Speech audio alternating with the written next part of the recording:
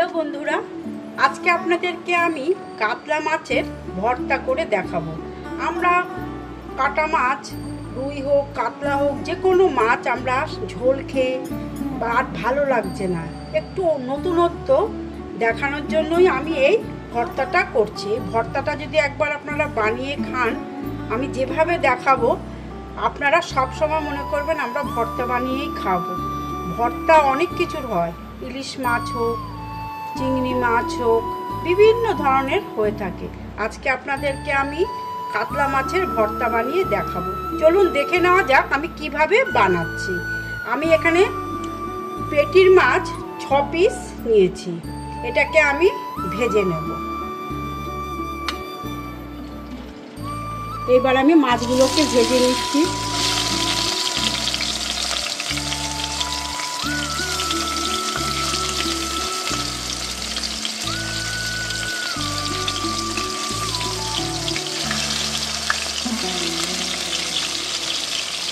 এইভাবে আমি সব মাছগুলোকেই ভেজে নেব।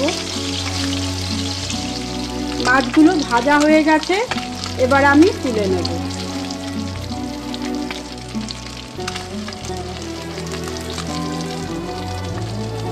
তুলে নিচ্ছি সেই মাছগুলোকে। মাছটা ঠান্ডা হয়ে গেছে, কয়েকটা মাছ ভেঙে গেছে।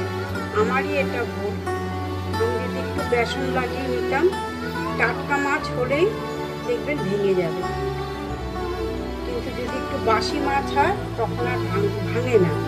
এটা যদি আমি একটু বেসন লাগিয়ে নিই, যেহেতু আমরা ভর্তা করবো কোনো অসুবিধা নেই, ঠিক আছে, ভেঙে গেলেও কোনো ক্ষতি নেই। আমি এবার এই মাছগুলোর কাঁটা ছাড়িয়ে নেব।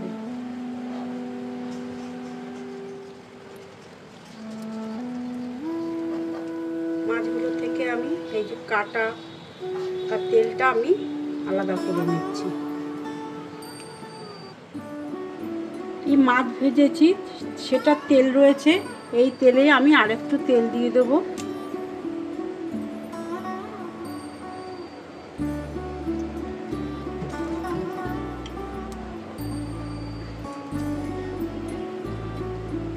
এখানে আমি 3-4টে শুকনো লঙ্কা দিয়ে দিলাম, দিচ্ছি 4টে শুকনো লঙ্কা।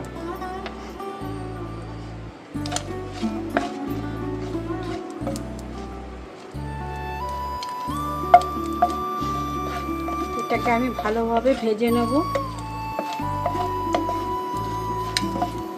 লঙ্কাগুলো ভাজা হয়ে গেছে, আমি এবার এগুলোকে তুলে নিচ্ছি।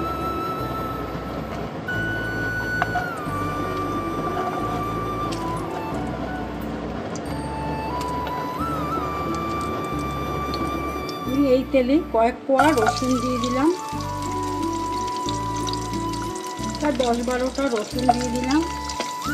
এবার আমি এগুলোকে ভেজে নেব। রসুনগুলো ভাজা হয়ে গেছে, আমি এবার এগুলোকে তুলে নিচ্ছি।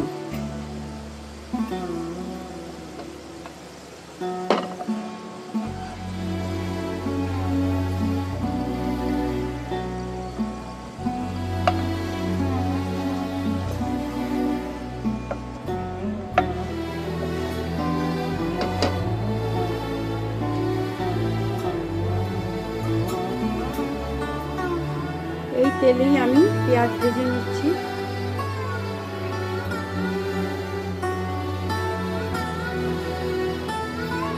পেঁয়াজটাকে দিয়ে দিচ্ছি, আর তার সাথে আমি 7-8টা কাঁচা লঙ্কা চিড়ে রেখেছি, এটা আমি দিয়ে দিচ্ছি।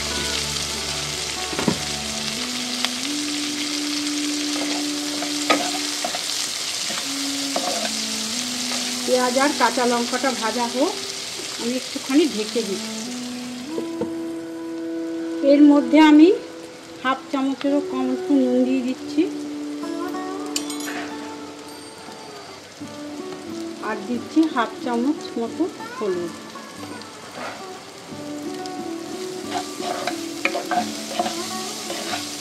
এটা আরেকটু ভাজা হবে। এই যে টমেটোটা আমি কুচি করে রেখেছি, এটা দিয়ে দিলাম। আবার কিছুক্ষণের জন্য আমি ঢেকে দিচ্ছি। পেঁয়াজ টমেটোটা ভাজা হয়ে গেছে। এবার আমি এই মাছটা যে কাটা ছাড়িয়ে রেখেছি ভর্তাটার মধ্যে আমি দিয়ে দেবো। লঙ্কাটা ভেজে রেখেছি, এটা আমি দিয়ে দিলাম। এটাকে ম্যাশড করে নিতে হবে। আমি রসুন ভেজে রেখেছি সেটা এখানে দিয়ে দিচ্ছি। পেঁয়াজ, টমেটো, শুকনো কাঁচা লঙ্কা যে ভেজে রেখেছি এটাও আমি এর মধ্যে দিয়ে দিচ্ছি।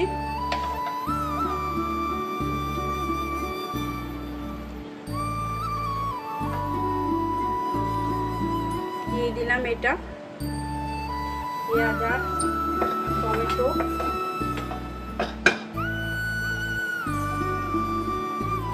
এটা একটু গরম আছে, এরপর এটাকে মাখবো। আগে আমি রসুন আর শুকনো লঙ্কাটাকে একটুখানি ভেঙে নিই।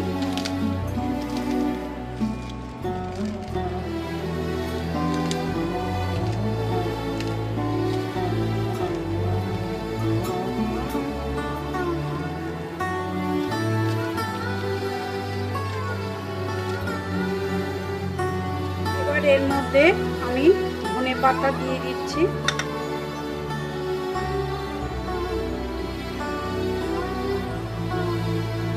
একটুখানি আমি কাঁচা সরষের তেল দিয়ে দিচ্ছি, বেশি দেব না, অল্প পরিমাণ।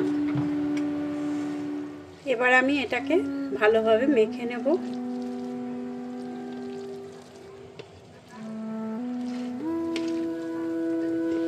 খুব একটা যে একদম চটকে দেব তা করব না, হালকাভাবে একটু মেখে নেব।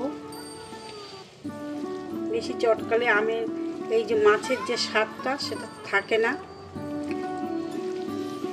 আমি অত ভালোভাবে মানে চটকে মাখাটা পছন্দও করি না।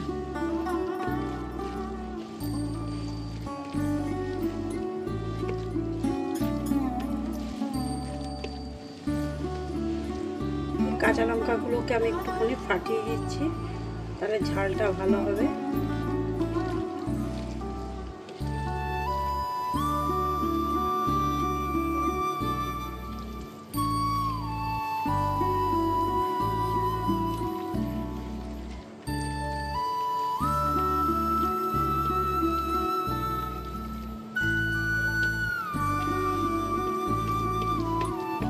মাখা হয়ে গেছে,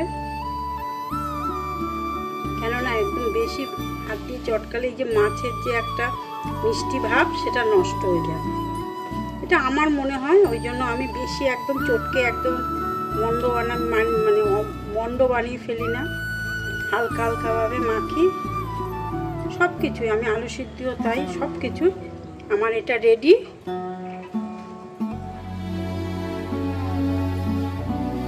শুকনো লঙ্কা দিয়ে একটু গার্নিশিং করে দিই। এটা গরম ভাতে খেতে দুর্ধর্ষ লাগে, আর কিচ্ছু লাগে না। যদি এটা ভাত দিয়ে মেখে বা রুটি পরোটা দিয়ে খাওয়া যায় খুব ভালো লাগে।